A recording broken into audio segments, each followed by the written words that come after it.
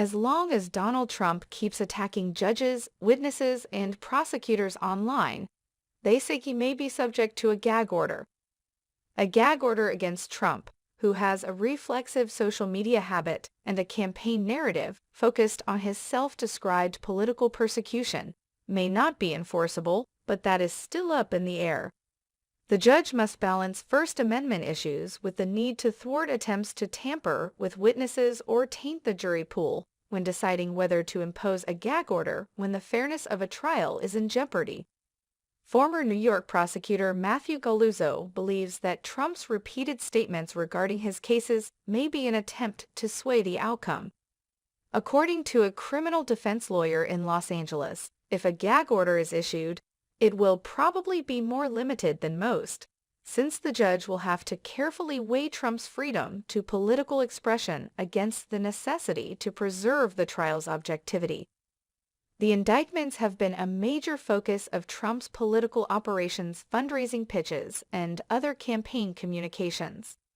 Over the weekend, a fresh advertisement criticizing the cases brought against Trump by the special counsel Jack Smith and other prosecutors was released.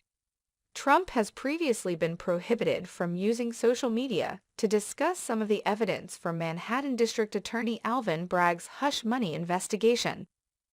If Trump is prohibited from discussing certain aspects of one of his court cases, but ignores the order, a judge may find himself in the unusual position of having to punish a frontrunner for president. Trump's most recent federal case is being presided over by U.S. District Judge Tanya Chutkan. The Department of Justice's proposed protective order has been challenged by Trump's legal team, who claim that it is overly broad and would merely obscure critical information from the public. Trump does not object to the government's desire to limit access to some records, but information protection does not necessitate a general ban on all materials created by the government. Trump has previously entered a not guilty plea in 2 other criminal cases, including charges of manipulating company records in connection with payments made to women who allege they had extramarital encounters with him by Manhattan prosecutors and Smith's office in Miami federal court. In a multi-day blitz, Trump has vented his wrath at the prosecution, potential witnesses, and the judge in charge of his most recent case. In the federal case in Washington, D.C., where he is accused of conspiring to rig the 2020 presidential election, he has stated that he will look for a new judge and a new courtroom.